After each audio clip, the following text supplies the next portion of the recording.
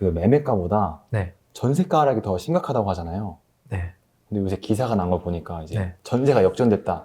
이제 전세 계약 비율이 증가해가지고 좀 뭔가 더 전세가가 오를 것 같은 뉘앙스의 기사가 많더라고요. 네, 네. 맹구님 좀 어떻게 보시나요? 아, 요즘 나오는 기사 보면 이런 거잖아요. 이렇게 뭐 전세 비중, 월세 비중 이렇게 해가지고 이게 막대 그래프가 막 이렇게 되는 그런 거 아니에요? 맞아요. 그렇죠. 그래서 옛날에는 이제 전세 비중이 업도적 높다가 이렇게 쭉 줄었다가 지금 다시 전세 비중 늘어나고 있다 뭐 이런 거죠. 그러니까 앞으로 사람들이 전세를 많이 찾으니까 전세가 오를 거다. 그쵸. 이거잖아요. 수요 공급에 의해서 저는 사실 이건 좀 미비하다고 봐요.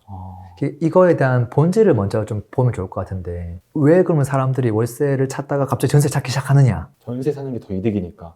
뭔가 이득이 있으니까 가겠죠. 네. 왜 이득이냐 계산해 보면 전세 대출 금리가 지금 낮아지고 있기 때문에 그런 거죠. 그거를 대출 이자 계산해보고 월세 계산해봤더니 그래도 전세가 좀 낫겠는데 라는 판단이 점점 이제 드는 시점인 거죠. 네. 결국은 이게 전세 비율이 높아져서 전세가가 오르는 게 아니라 금리가 낮아져서 전세 대출 금리가 낮아져서 전세 가격이 상승될 가능성이 있는 거지 사실은. 그래서 이 사람 일로 갔다고 해서 걔가 무조건 늘어나는 개념은 아니에요. 얼마든지 조금씩 왔다 갔다 할 수 있기는 하거든요. 뭐 필요 충분 조건 아니다. 그렇죠. 네, 굳이 따지면. 네. 그래서 예전에는 이제 월세가 전세처럼 월세는 많이 안 빠졌어요. 근데 지금 금리 변동이 너무 크거든요. 이게 보면 최근에 나왔던 전세 대출 금리 변화를 보면 5대 은행이죠. 지금 전세 대출 금리가 6%까지 갔다가 작년 11월 피크였거든요. 12월까지. 최근에 한 4.4%까지 쭉 내려왔어요.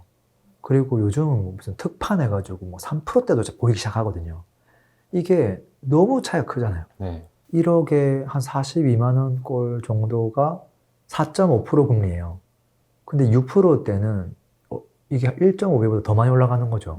뭐한 70만 원 가까이 내야 된다는 거죠. 네. 70을 내다가 지금 갑자기 40을 내도 되는 상황이 되니까 이게 너무 지금 차이가 큰 거죠.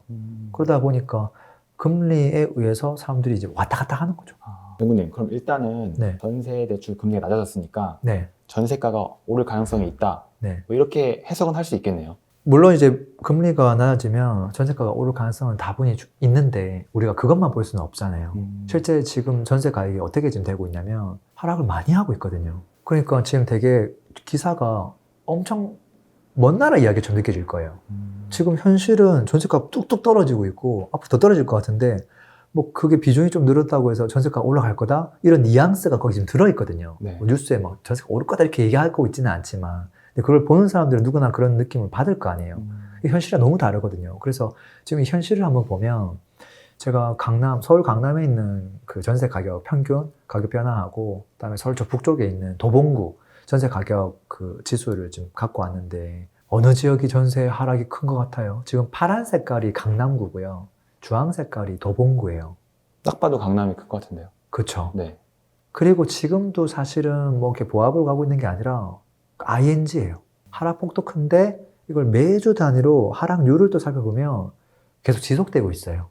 근데 매매 가격을 보면 그래도 최근 들어서 조금씩 과거보다는 하락률 자체가 조금씩 줄어들고 있는 건 있거든요. 전세랑 좀 다르다는 거예요. 서울뿐만 아니라 뭐 다른 지역도 마찬가지예요. 예를 들어서 서울에서는 강북보다 강남이 전세 하락이 크구나. 왜 그럴까? 입주가 많으니까. 그래서 금리만 볼 게 아니라 이제 입주 물량도 같이 봐야 된다는 거죠.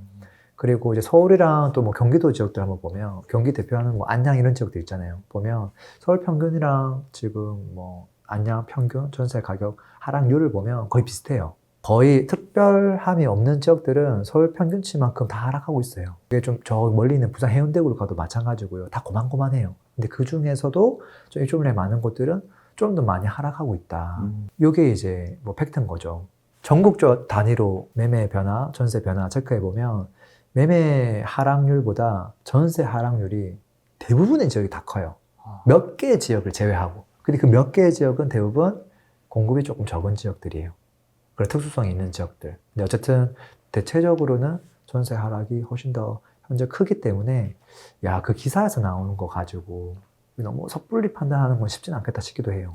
지금 같은 상황에서 예측하기는 어렵겠지만 전세가는 앞으로 어떻게 될까요? 전세 가격에 영향을 미치는 가장 큰 변수들 몇 가지를 보고 나머지 사이드 변수들을 보면 돼요. 네. 그래서 가장 크게 영향을 미치는 게 금리예요. 매매 가격보다 전세 가격이 오히려 더 금리에 의해서 결정되거든요. 1순위로 체크해 봐야 되고요. 두 번째는 입주 물량. 지금 공급 쏟아지고 있는데 어떻게 뭐 금리를 조금 낮춰준다 하더라도 지금 만 세대, 5만 세대 넣는 순간 전세 가격 내려가는 거거든요. 입주 물량 체크하는 거고요. 그 다음에 이제 기사에 나왔던 월세 비중, 전세 비중 뭐 이런 것들도 체크해 볼 수 있고요. 조금 더 나아가서 지금 매매에 대한 수요와 임차에 대한 수요, 그게 비율이 어떻게 또 움직이는지 이런 부분들은 조금 마이너한 부분이에요. 그래서 핵심은 두 가지죠. 금리하고 입주 물량 두 가지를 조금 체크해 봐야 된다. 근데 지금 이제 앞으로 어떻게 될지가 지금 궁금한 거잖아요. 지금 당장이 아니라 우리가 최소한 1, 2년 정도를 한번 조금 생각해 보면 과거에 이제 금리 확인이 좀 필요해요. 특히 이제 전세 자금 대출 금리에 대한 확인이 필요하거든요. 지금 은행들이 쫙 있고 2016년도부터, 왜냐면 그때 금리가 좀 낮았으니까. 네. 그때 전세 자금 대출 받으면 금리가 몇 프로였냐면 2점 후반대였어요. 아니면 뭐 3점 초반대, 뭐 그 수준이었거든요. 그래서 전국에 있는 은행들 진짜 많은데 평균 내보면 뭐 2.87 뭐 정도예요. 2016년도에. 그리고 17년도 뭐 되면서 3%, 뭐 3.03% 이렇게 조금씩 올라오긴 했는데 이때 누군가 대출 받았다는 소리잖아요. 그리고 이제 한 2년, 뭐 4년, 이제 뭐 6년 정도를 계속 누군가 갖고 있을 거 아니에요. 네. 근데 그 사이 기간 동안 이게 6%까지 올랐다는 거죠. 정확하게 2배. 전세 대출을 냈던 사람들 그 매달 납부해야 될 이자가 정확하게 2배로 올랐다는 거거든요. 그러니까 전세가 반값이 되어도 나가는 돈은 똑같다는 거잖아요. 어떻게 보면 반값이 되어야 된다는 소리일 수도 있어요. 지금 현재 전세가가 매매가가 30% 빠졌다면 전세가가 보통 40에서 많으면 50%까지 빠진 데가 있거든요. 아, 이거 왜 그럴까 생각해보면 일리가 있어요. 근데 이제 중요한 건 뭐다? 6% 하던 게 지금 4.5까지 왔고 일부 특판이 좀 적용되면 3% 후반대까지 적용된다는 거예요.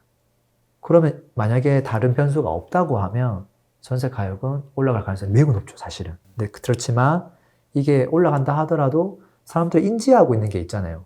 야, 지금 얼마 전까지 전세가 이 금액이었는데 갑자기 1억 5천 올린다고? 말이 돼? 물건들이 많이 퍼져 있을 거 아니에요. 네. 누가 경쟁적으로 이걸 하나씩 빼야 될 거 아니에요.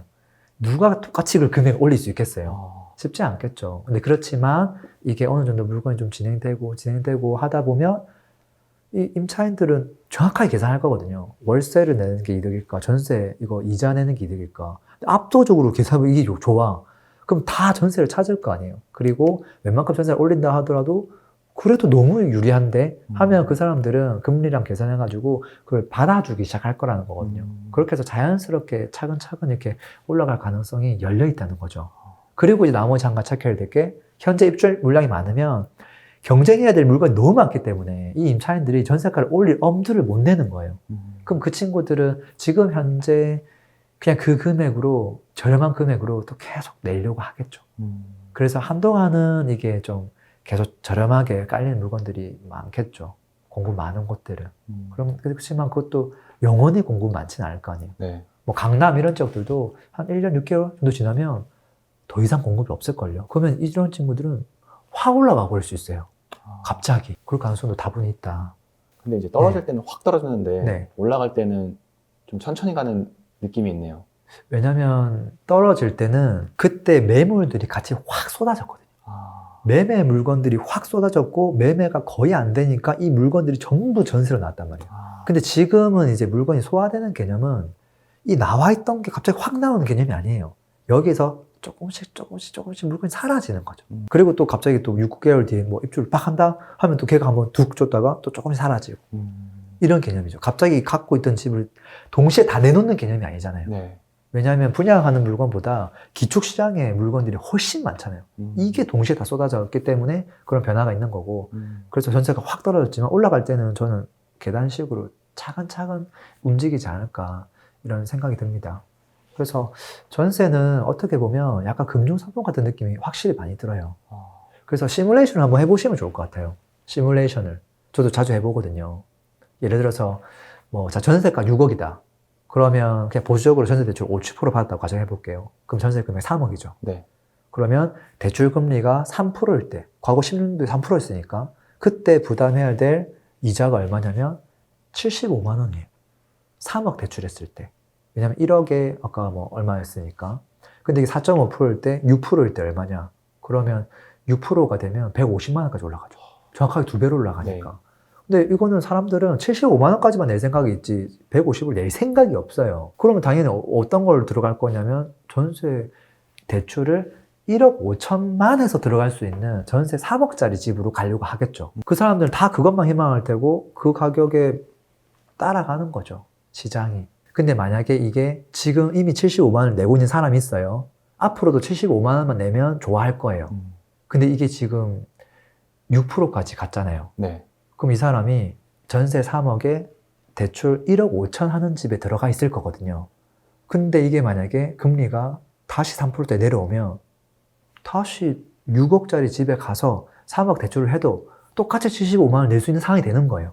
그 차이가 확실하게 있는 거죠. 그래서 그걸 가지고 각 지역별로 여기가 과거 3% 하던 시점에 전세가가 얼마였었고 그 다음에 6% 왔을 때 최저 얼마까지 떨어졌었는지 그리고 지금 이게 3%에서 4%, 4.5%, 5%, 5.5%, 6% 각각 전세가 어느 정도까지 딱 됐을 때 그 최초의 그 전세 대출 이자 금액만큼 딱 나오는지 그걸 계산해 보면 돼요. 그래서 이걸 계산할 때는 그냥 금리를 딱 박아놓고 75만 원을 딱 박아놓고 이게 최대 전세가가 얼마까지 갈 수 있느냐 대출이 얼마까지 할 수 있느냐 그걸 계산해 보면 이 아파트가 미래 전세가 얼마까지 갈 수도 있겠다라는 것들을 짐작해 볼 수 있죠. 그리고 이제 금리 하나만 보면 안 되고 입주 물량도 좀 같이 봐야 된다는 거. 입주 물량은 지역별로 다르니까 금리 계산이랑 좀 다르게 해야 되겠죠.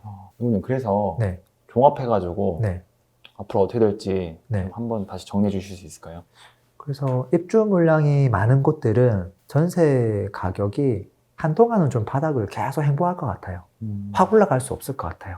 근데 입주 물량이 매우 적은 곳들 있죠. 네. 전국에서도 정말 적은 곳들이 있단 말이에요. 그런 곳들은 그래도 다른 곳들보다 상당히 빠른 시일 내에 전세 가격 회복할 가능성이 매우 크다. 예를 들면 대표적인 지역들이 몇 개 있어요. 네. 샘플 하나 들어볼게요. 자, 제주도다. 그러면 제주도가 앞으로 3년 동안 입주 물량이 굉장히 적은 곳 중에 하나거든요. 실제 그곳의 전세 가격, 최근 한 3년 동안의 가격 변화를 체크해보면 서울하고 제주도만 딱 비교하면 답이 나와요. 지금 서울의 강남구하고 제주도, 지금 전세 가격 변화 그래프거든요. 네. 제주도도 전세 가격이 떨어지긴 했지만 강남구랑 비교해보면 이제 말도 안 되게 잘 버티고 있죠. 네. 이 지역이 입주 물량이 많지 않아서 그래요. 근데 여기서 만약에 대출 금리가 낮아진다, 특히 전세 대출 금리가 3%대까지 낮아진다, 그러면 예전 고점만큼 빠르게 회복할 가능성이 다분히 존재한다라는 거예요. 그래서 제주뿐만 아니라 다른 지역들도 유사한 지역들이 있죠.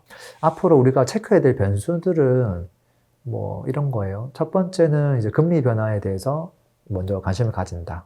뭐 미국 기준금리, 국내 기준금리 뭐 다 중요한데 그래도 전세 가격에 영향 미치는 거는 전세 자금 대출 금리예요. 이걸 1순위로 체크한다. 그리고 요즘에 매매보다 전세 대출 관련해서 특판 상품들을 좀 많이 내놓고 있더라고요. 카카오 같은 경우는 최근에 이제 오늘 나온 뉴스에서는 뭐 3.4%대 최저 1조 5천억을 풀겠다 이렇게 했거든요. 앞으로 시간이 지나면 또 다른 은행들도 경쟁력으로 이런 특판 상품을 내놓을 수 있다고 봐요. 소비자 입장에서는 완전 좋죠. 미국 금리가 지금 뭐 높다 하더라도 전세 대출 싸게 해주면 너무 좋죠. 뭐 정부에서도 약간 푸시하고 있는 부분이 있는 것 같기는 하고요. 근데 어쨌든 얘가 3.5%대가 된다고 하면 이게 전세 가격에 영향을 많이 줄 거라고 저는 봐요. 그 대표적인 일예가 뭐냐면 오피스텔 전세 가격을 보면 돼요. 오피스텔 전세 가격 중에서 이런 게 있어요. 매가가 2억인데 전세가 2억이에요. 오피스텔이. 네. 근데 왜 이게 2억 하는 줄 알아요? 2억 미만까지는 특판 상품으로 정말 저렴한 금리로 이거를 전세 대출을 제공해 주거든요. 근데 이걸 만약에 그냥 일반적인 금리로 뭐 4.5나 예를 들어서 5%나 이렇게 계산해 보면 월세랑 비교해 보면 말도 안 되게 이게 높아요. 이걸 선택할 이유가 전혀 없죠. 근데 뭐 2%대, 뭐 3% 초반 이렇게 주기 때문에 이걸 선택하는 거예요. 말도 안 되게 높다고 하더라도 정상적인 이 대출 금리를 적용했으면 저는 전세 금액이 1억 5천 밑으로 떨어져야 된다 보거든요. 근데 그 허수 때문에 얘가 이만큼 올라가 있는 거예요. 누군가 받아줄 이유가 생긴 거니까요. 그래서 그런 부분들 좀 잘 체크하면 좋겠고, 두 번째 변수는 부동산 정책이죠. 지금 최근에 이제 9억 초과하는 것들, 전세대출 해주겠다. 원래 안 됐었거든요. 그 다음에 소득 맞벌이 뭐 1억 이상 안 됐었거든요. 해주겠다. 그러니까 저가가 아니라 고가, 그 물건 자체가 고가거나 소득이 고소득 대출 다 된다. 근데 특판으로 금리를 낮춰주겠다 이거잖아요. 네. 그러면 이제 모든 아파트의 대상, 모든 사람이 그걸 다 선택할 수 있게 되는 거예요. 되게 효과가 큰 거죠. 그리고 아까 중요한 거, 아까 입주 물량. 그 지역마다 다르니까. 그래서 만약에 내가 전세로 어딘가에 살고 싶다. 그러면 입주 물량 많은 곳에 가서 그냥 빨리 그곳에 가서 한 4년 넘게 살면 그것도 나름대로 괜찮은 전략인 것 같고요. 근데 그렇지만 그 다음에 또 생각을 해야죠. 야, 이 지역은 나중에 한 번만에 크게 올라갈 수도 있겠구나. 그걸 염두에 두면서 조금 내가 누릴 것들은 누리면 좋을 것 같고, 반대로 이제 입주 물량이 너무 없는 것들은 내가 너무 방심하면 아, 생각보다 전세 가격이 좀 빨리 올라갈 수도 있겠구나. 그런 것들도 조금 뭐 생각하면 좋을 것 같아요. 이모님, 그럼 네. 정리하면 네. 이제 전세 가격이 올라갈 수 있는 환경은 조성되었지만 네. 지역별로 다르게 봐야 된다. 네. 입주 물량이 너무 차이가 많이 나니까. 네. 네, 알겠습니다. 오늘도 들어주셔서 감사합니다. 행복한 하루 되세요. 피스!